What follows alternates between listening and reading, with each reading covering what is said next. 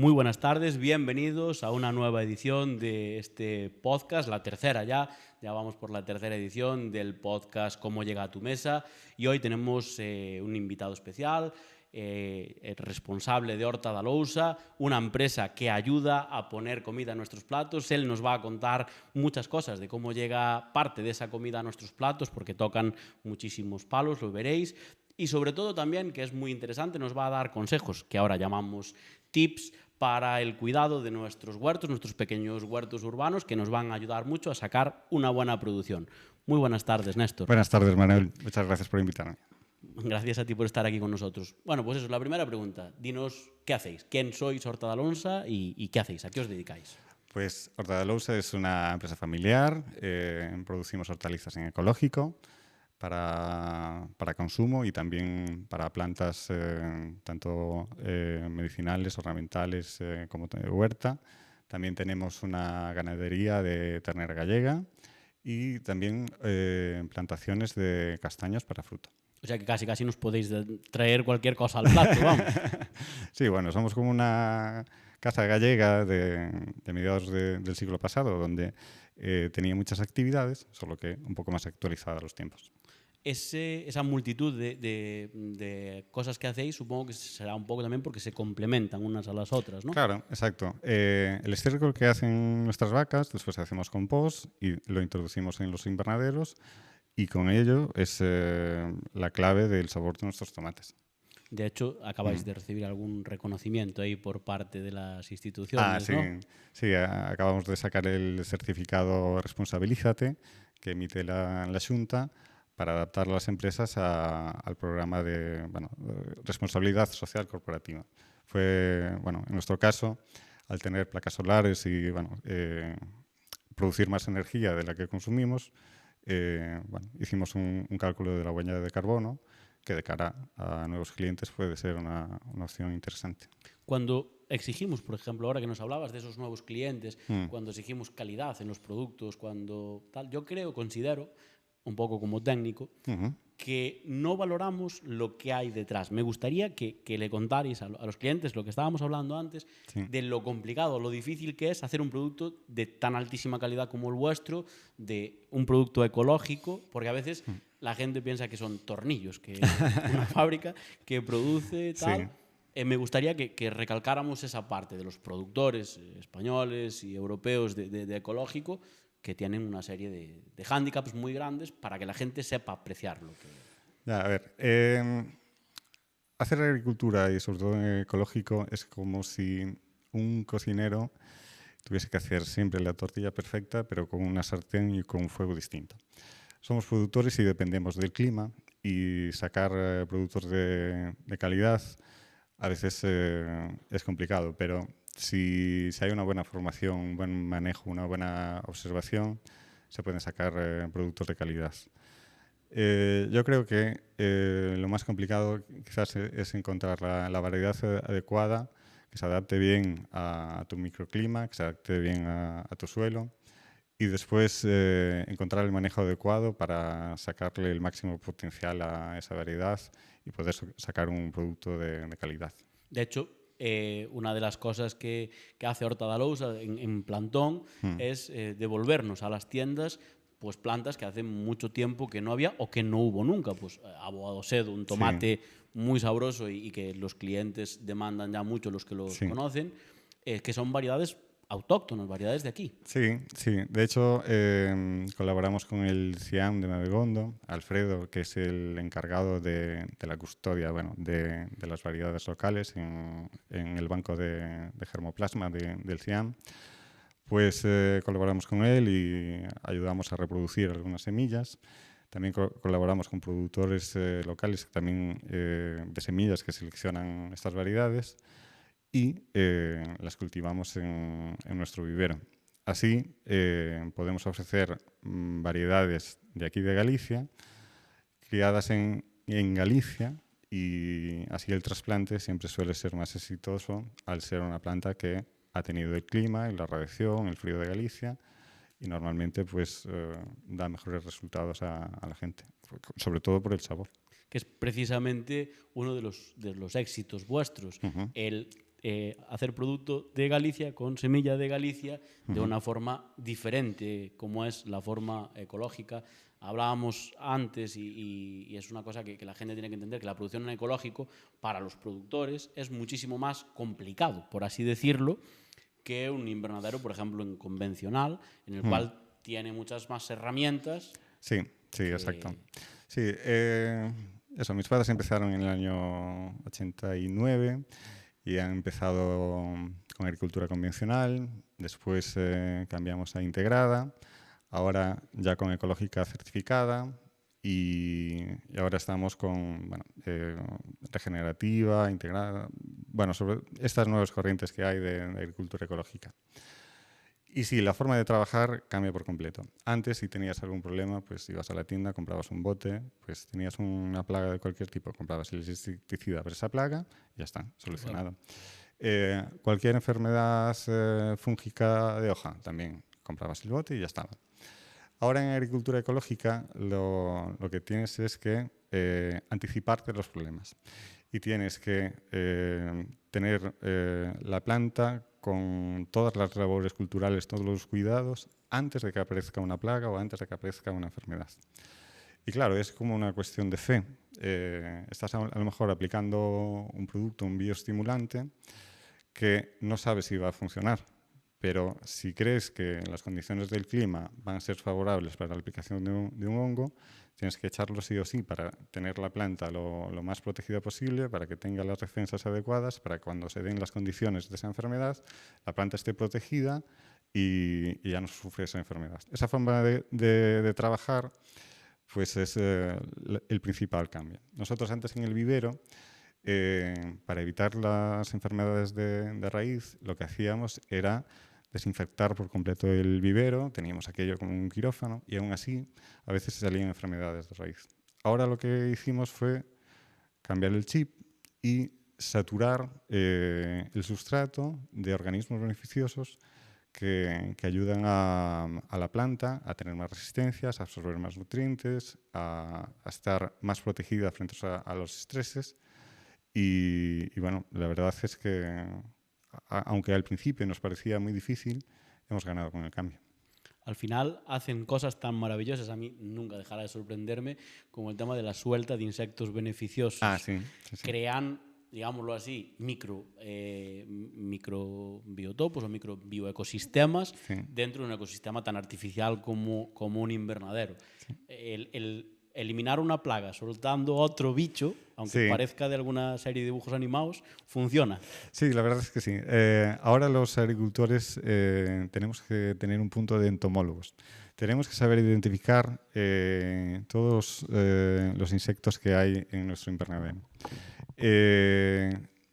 Es una cultura de cero insecticidas, porque si haces una suelta de un depredador natural de tu plaga, no puedes tener absolutamente ningún tipo de restos de insecticida en el cultivo, porque si no, no se te va a adaptar. Y claro, es como un salto sin red. Tienes que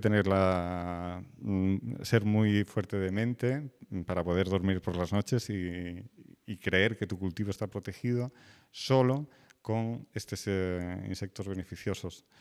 Pero después de 6 años que llevamos utilizando, la verdad es que funcionan mejor que los insecticidas. Lo único que tienes que hacer es darle las condiciones en que ellos estén cómodos. Ellos tienes que tener en cuenta que si no llega una determinada radiación solar, no se reproducen bien. Si no les das azúcar con una planta que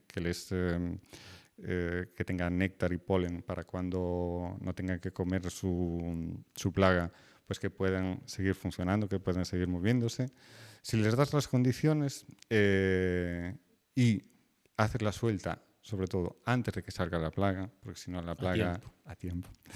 Tienes que soltarlos antes de que se vea la plaga. Ellos ya generarán su comunidad y estarán atentos para cuando salga el primer foco, atacarlo. Yo recuerdo cuando llegaron, cuando se empezaron a usar, el primer año fue épico. Es decir, si hacía mucho calor se morían, si hacía frío se morían, si había mucha humedad se morían, si había poca aireación se morían, si abrías mucho el invernadero se iban. Entonces, claro, al final la gente, sobre todo, que empezó a usarlo, que también es un cambio generacional y de mente, porque claro, lo que hablamos siempre, esa gente que usaba esos productos, casi decimos mágicos, Sí, ¿no? tal Que cual. funcionaban para todo, el botecito para esto, y funcionaba 100%. Dejar de hacer eso y hacer algo tan complicado como una Sí, suelta de sí, sí, organismos vivos. sí, exacto, exacto. Eh, es casi uno de las cosas por lo que la agricultura ecológica es, sobre todo, al cambio de convencional ecológico, es un poco más caro de producir. Pero una vez que creas las condiciones para estos insectos beneficiosos, no solo se establecen los que haces la suelta, sino que los organismos beneficiosos que tenías en tu entorno, los autóctonos, también se integran en tu cultivo y te ayudan a controlar las plagas. Y es ahí cuando llega un punto donde se equilibran y ya no tienes que insistir y hacer tantas sueltas. Y ahí es cuando empieza a ser un poco más interesante la producción en agricultura ecológica y ya se empiezan a equiparar los costes de producción de agricultura convencional a agricultura ecológica. ¿Y por qué lo hicisteis? ¿Por qué disteis ese paso? ¿Por qué lo hicimos? Pues mira, Porque es complicarse la vida, así porque... vino por dos motivos. Uno, porque cuando veía a mis antiguos compañeros de instituto, yo antes era informático, y cuando les dije que cambiaba la huerta de mis padres, todos dijeron, ecológica, ¿no? Y yo, no, bueno, no es ecológica, es convencional, porque bueno, ecológico es complicado y tal. Y todos así, bueno, ecológica es algo que la gente ya da por sentado. Y después, porque también he tenido una hija y somos una empresa familiar, y claro, en las empresas familiares los niños pues están, en las ganaderías están, los niños son en medio de las vacas, y mi hija estaba también en el vivero, y claro, utilizábamos productos que una vez que lo aplicaban había la indicación que no se podía entrar en el vivero durante un día entero, para que esos residuos de ese producto se eliminasen y se degradasen con el sol. Y claro, yo no podía decirle a mi hija que no entrase en el vivero. Era parte de la familia, parte de la casa. Además, también para el día de mañana, si mi hija hereda la explotación como yo le he heredado de mis padres, le quería dar una explotación actualizada a los tiempos. Y también por convicción. Nosotros estamos todo el día en el invernadero y como aplicadores, aunque pongas los EPIs reglamentarios, siempre vas a tener ese contacto con el producto. Y claro, pasar de productos que podían ser disruptores endocrinos, que podían ser directamente Cancilogénicos, carcinogénicos, mutagénicos, inhibidores de la reproducción. si empiezas a escarbar algo, asusta. Y ahora curamos plantas con plantas, estamos con aceite de Xenton arvense, la cola de caballo, que tiene mucho silicio y endurece las plantas. Estamos con calcio puro sacado de cantera, no sé. Es otra forma de trabajar, más salud y también un poco por un reto. Porque nosotros cuando decíamos que queríamos cambiar el vivero ecológico, otros compañeros de profesión ya nos dijeron, estáis locos, eso no es productivo, vais a cansaros de tirar planta, pero la verdad es que después de 6 años pues seguimos produciendo planta y seguimos vivos, así que Sí, sí. no debe ser tan malo. No, planta de calidad, que tú sabes Sí. que en la tienda nuestra pues consumimos planta vuestra y al final incluso la gente la reconoce. Al final el tema del ecológico es algo por convicción. Y lo que decías de los pesticidas, yo siempre recordaré en un caso a una persona que nunca se quería poner los EPIs, los equipos de protección, la mascarilla, los guantes, vamos. La solución, no sabes cuál fue, sentarlo en una silla y darle la ficha de seguridad del producto. Entonces se la leyó entera y cuando se acabó, recuerdo que se levantó, vino hacia mí y dijo, pero hace todo esto. Dice, claro, hace todo eso. Por eso te reñimos, ¿por qué no te pones los EPIs? No por otra cosa. Claro, son productos que si los inhalas en el momento, pues son para ti, tienes la sensación y son como inocuos, pero a largo plazo tienen consecuencias muy graves. De hecho, este señor nos decía, ¿qué va? Pero si no huele nada, esto Claro, no puede ser fuerte sí, porque sí. no huele. Decía, una de las cosas más importantes que yo creo que debemos destacar de la producción, tanto ecológica como incluso, aunque sea convencional, la producción nacional, la producción europea, es que muchas veces se diferencia de otra que nos encontramos en el mercado a un menor precio, pero porque juegan con otras reglas de juego, ¿no? Sí, bueno, sobre todo en los productos importados hay países que bueno, tienen una normativa diferente a Europa y son países importadores como bueno, Marruecos, Egipto, Turquía, pues tienen una normativa diferente y usan productos diferentes. Y claro, España, pues en algún momento, pues importa esos productos en fresco y bueno, al ser bueno, normativas diferentes, puede que aquí llegue algún producto contaminado. Bueno, de hecho, en el año pasado, en Almería, durante los 3 primeros años, sacaron más de 200 alertas sanitarias por productos importados. Y claro, esto mal para la población porque estamos metiendo materias activas que nos pueden contaminar y también para el resto del sector agrícola pues también daña su imagen y eso es un palo. Aparte que es un poco una competencia desleal que yo siempre reclamo, porque claro, con ese único botecito ibas, aplicabas una vez y se acabó. Todo el trabajo que vosotros tenéis es Sí. infinitamente más caro hacerlo. Sí, ahí creo que tenemos una responsabilidad en tanto los productores de aquí como hacer hincapié en identificar bien el origen de nuestros productos, porque eso, nosotros estamos sometidos a una regulación muy exhaustiva, donde tenemos un cuaderno de campo, donde tenemos que anotar absolutamente todos los tratamientos, los abonados, ahora también el consumo de agua. Estamos muy regulados. Y claro, y si hay otros países que no tienen esta regulación, la seguridad alimentaria se ve comprometida. Creo que la Agencia Sanitaria y Aduanas a todos los productos importados pues, tiene también un control del MR, el límite máximo de residuos, que se aplican tanto a los productos producidos en España como a los importados. Y claro, por lo que dicen los productores almerienses, que solo se controla un 1%. Estos productores están exigiendo que se controle hasta un 50% de todos los productos que llegan para detectar esas materias activas prohibidas en la Unión Europea. No sé si es falta de recursos o es esos países que tienen también una posición geopolítica muy fuerte. No sé. Hay muchos intereses ahí y bueno, habría que depurarlos, pero es una combinación, yo creo que de todo. Geopolítica, falta de medios, porque claro, analizar el 50% de las muestras sería un trabajo ingente, tanto de laboratorio como toma de muestras y de tal, pero yo creo que la seguridad de la gente, la salud pública es esencial. Lo merece. Para ti, ¿qué es lo mejor de ser aquí agricultor, de dejar la informática y venirte a hacer esa huerta ecológica? Y lo peor. Lo mejor y lo peor. A ver, lo mejor es que puedes desarrollar un proyecto propio y verlo crecer y es para mí muy enriquecedor.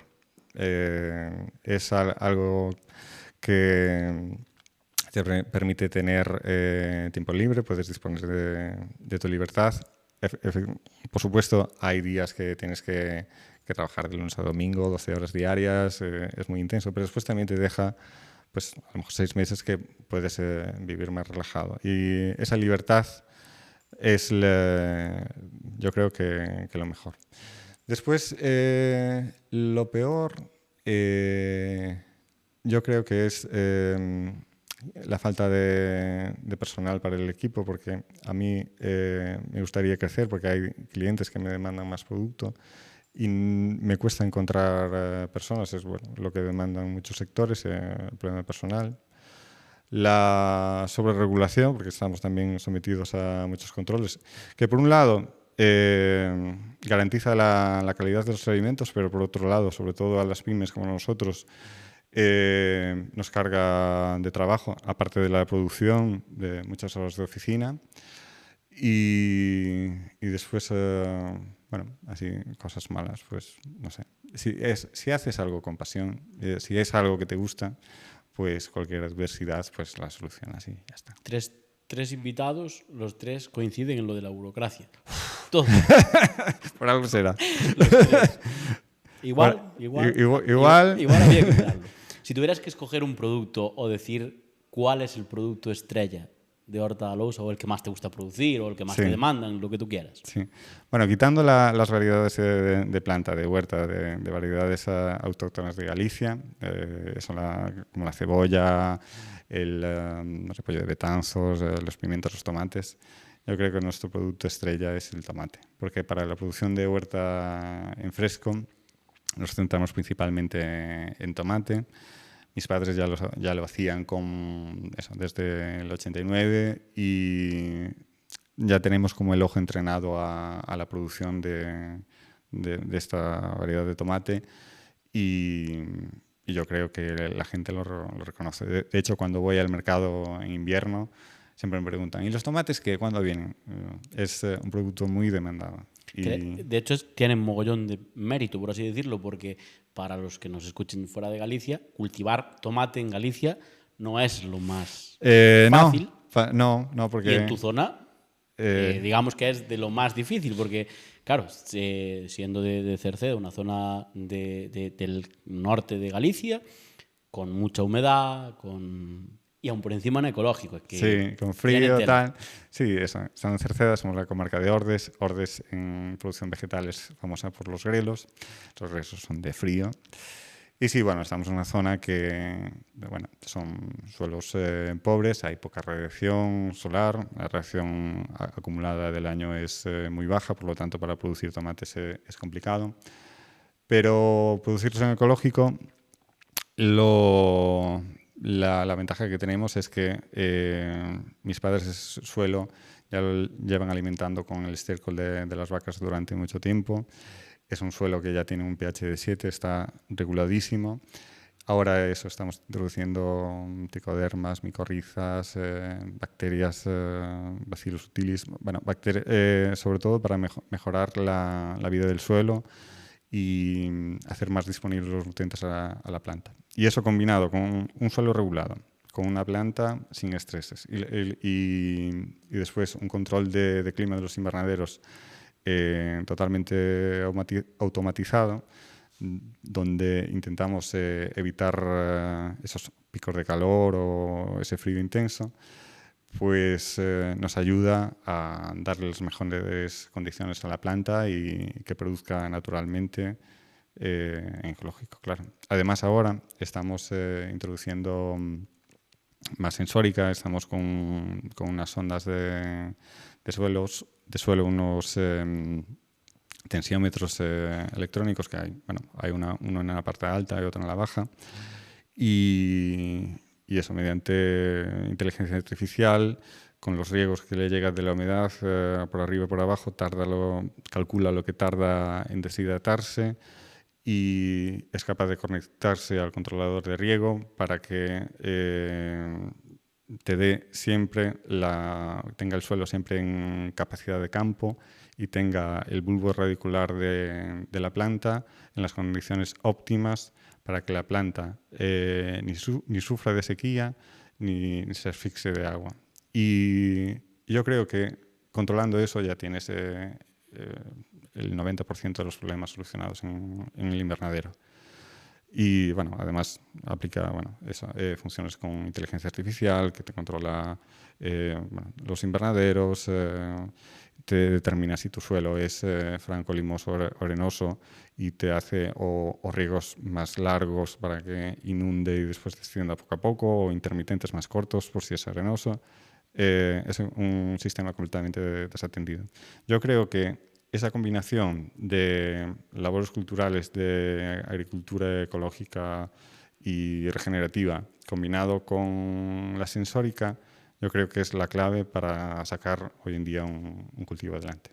Es que es maravilloso el oírte hablar de volver a hacer labores culturales de antaño, volver a fortalecer o reequilibrar la estructura de la Tierra, al mismo tiempo que usar IA, que usar inteligencia artificial, que en el campo también se usa, y mucho. Es una herramienta indispensable. De hecho, pues ahora mismo que estamos en plena época de siembra de maíz, yo creo que el 90% de los tractores que están sembrando maíz ya van un cacharro arriba, GPS, para contar hasta el número de semillas, absolutamente todo. Para darle a la gente, porque ahora todo el mundo queremos tener una huerta en casa y hace falta que la tengan, que tenemos tiendas y viveros que venden plantas. Entonces, para ayudar a eso, me gustaría que le dieras, ahora que se llaman tips, unos tips o unos consejos a esa gente que de forma de huerto urbano, incluso ahora se está llevando mucho dentro de los pisos en el balcón y demás. ¿Cuál crees tú que serían los mejores consejos que le daría Néstor, el profesional que lo hace todos los días? Bueno, primero, elegir la zona, ver qué productos queremos cultivar y ver si la orientación de nuestro terreno o terraza es idónea para ese cultivo. Por ejemplo, si es una ladera, si puedes estar orientación sur y resguardada de los vientos del norte, por ejemplo, para la producción de solanáceas como pimiento y tomate, pues sería lo ideal porque vamos a crear como algo protegido del viento y que nos aumente un poco más la temperatura para que puedan raizar y florecer y cuajar bien. Después también esto para las solanáceas, para las curvitáceas también, son pepinos, calabacines, también sería muy buena esta ubicación. Después, para zonas con brásicas tipo repollos y brécol, coliflor, ya pueden ir a zonas más frías o a lo mejor zonas más sombrías. Y también para lechugas y espinacas, acelgas y en todas las hortícolas de hoja, pues también unas zonas un poco más frías porque también demasiada radiación puede perjudicarles. En cuanto a las terrazas, ya es más complicado porque es difícil encontrar una terraza idónea o darle la sombra todo el día o el sol todo el día, muy ventilada o muy poco ventilada. Es complicado en terraza. Yo invito a la gente que no se desespere, que siga intentándolo. Si podemos encontrar una ubicación en la terraza que al menos dé unas 6 horas al día de luz, sería lo ideal. Después, un suelo bien drenado, porque en los huertos de terraza a veces hay problemas de asfixia radicular porque no está bien drenado. Es uno de los motivos por los que nos mueren las plantas en casa, ese exceso de riego. El 90% de las plantas de interior se mueren por mucha agua, no por poca agua. Estamos de acuerdo. Y bueno, ese manejo se traslada a la terraza y a veces es complicado. Así que un macetero o un bancal bien drenado pues sería lo ideal. Después, si puedes tener un sustrato y un suelo con un pH equilibrado, hay unas tiras de pH que se utilizan también para las piscinas, son súper sencillas de utilizar y muy económicas y al menos nos dicen cómo estamos de pH, porque a partir de ahí ya podemos mirar la conductividad eléctrica, también es muy fácil de calcular y vamos a ver si le echamos abono o no según tengamos la tierra. Lo ideal es eso. Si alguien quiere plantar unas plantas, que le dedique mucho cariño, mucha atención, que esté muy pendiente sobre todo de la aparición de plagas y enfermedades de hoja, que nutra las plantas lo mejor posible. Ahora hay bioestimulantes naturales que se pueden comprar. Hay también unos productos comerciales a base de bacterias que también ayudan al enraizado y también te solucionan muchos problemas que te pueden surgir en la huerta. Y después eso, cariño y atención. Y sobre todo, si un huerto es como un hijo pequeño que hay que cuidarlo todos los días. Porque hacerlo el fin de semana nada más no funciona. Es complicado. ¿Y le hablamos o no le hablamos a las plantas? Siempre. notan ese cariño. En la tradición cultural, a veces siempre vemos pues eso, ¿no? Que nos fijamos en cosas muchísimo más, la luna, bueno, un mollón de temas tradicionales que al final, aunque no están mal del todo, yo siempre digo que es mucho más importante justo lo que tú acabas de decir: buen suelo, buenos riegos y buena orientación. Uh-huh. En el caso de lo que vendes en fresco, de tu verdura y tal, llegas muy lejos de tu empresa. Mira, hubo un tiempo que decíamos lechuga, hicimos inversión en cámaras porque estábamos orientados a vender a Mercado Central y hemos llegado a enviar lechuga a Mercabarna, Mercamadrid, varios paleles semanales. Y bueno, llegamos y sí era demandada. Lo que pasaba es que los costes de transporte nos comían el margen. Si teníamos que quizás dar un salto más y poder llegar a llenar un camión para que los portes serían más baratos. Entre darle un salto a la explotación y hacer más metros y hacer más hectáreas, o cambiar el sentido de la explotación a hacerlo ecológico, decidimos como redirigirla y centrarnos en cambiar el método de cultivo y para que hacer, en vez de mucho volumen, menos productos, pero de más valor. Eso fue quizás el cambio más importante. Sí. Ahora, pues eso, ya que vimos lo que hacéis, ahora queríamos conocer a Néstor un poco más de cerca y hacemos una serie de preguntas a toda la gente que pasa por aquí por el podcast y no podía ser menos. ¿Rural o urbano? Rural siempre. ¿Lo mejor y lo peor para ti de vivir en el rural? Lo mejor, escuchar los pájaros cuando llegas a primera hora o a última cuando te vas. Ese olor de la hierba recién cortada, bueno, todas esas sensaciones que te da el campo, esos animales en movimiento, no sé, a mí me da una paz que me encanta. Eso es lo mejor. Lo peor, sobre todo para la gente joven, la desconexión social, quizás. Para unos puede ser una ventaja, para otros un inconveniente muy fuerte. ¿Peli favorita? Libro. Mira, peli clásica, El apartamento de Billy Wilder, y actual, La gran belleza. Sí, señor. Uh-huh. Sí, señor. La banda sonora de tu vida. La banda sonora de mi vida. Bueno, me encanta la música, pero bueno, ahora mismo, Bayuca. Muy bien. En este momento, si fuese de anterior, pues Xuxa. ¿Y viaje soñado? Viaje soñado, lo cumplí hace poco yendo a Japón. He visitado Japón y Costa Rica y lo que me flipó fue Japón. Así que ahora cualquier cosa que vea va a ser Bueno, voy a disfrutarlo, pero yo creo que he llegado al viaje de mi vida ya. ¿Mejor el sushi en Japón o aquí? Bueno, en Japón lo he probado muy bueno, pero aquí también hay sitios muy buenos. Sí. ¿El trabajo de tus sueños o de tu vida? El que estoy haciendo. El que estás haciendo. Sí. Sin duda es un placer oír eso, de que el trabajo de tu vida es el que estás haciendo.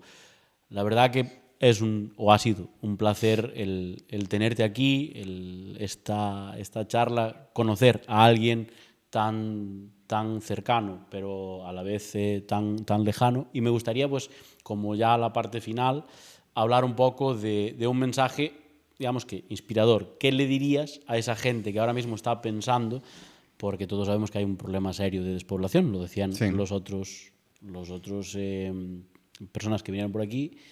¿Tú qué crees que habría que hacer o qué crees que deberíamos decirle a esa gente que quiere empezar, como empezaste tú?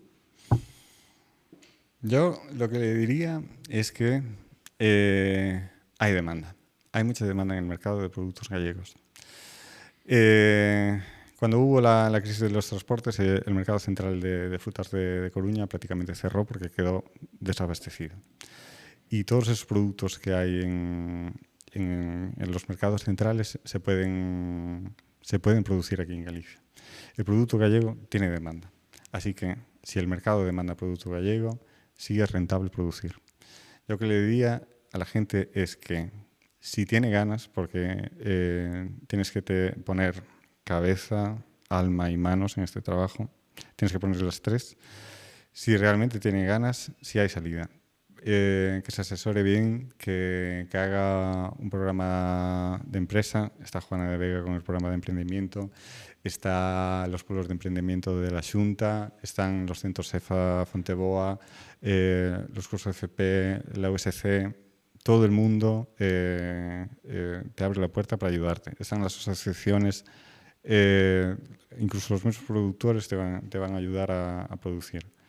Yo lo que digo es que hagan un buen plan de empresa, que analicen los riesgos y adelante, porque está todo por hacer. Es que lo de la demanda es curioso. El otro día en un evento en el que estuve con Luis de Fonteboa, decía, era en Asturias este evento, y decía que Asturias producía menos del 10% de las verduras que consumía. Menos del 10%, que es decir, importaba, no es importación porque sería nacional mucho de ella, pero que importaba más del 90%. En el caso de los productos gallegos, tú sí que lo notas, esa diferenciación de que tenemos pues esa calidad que la gente buscan.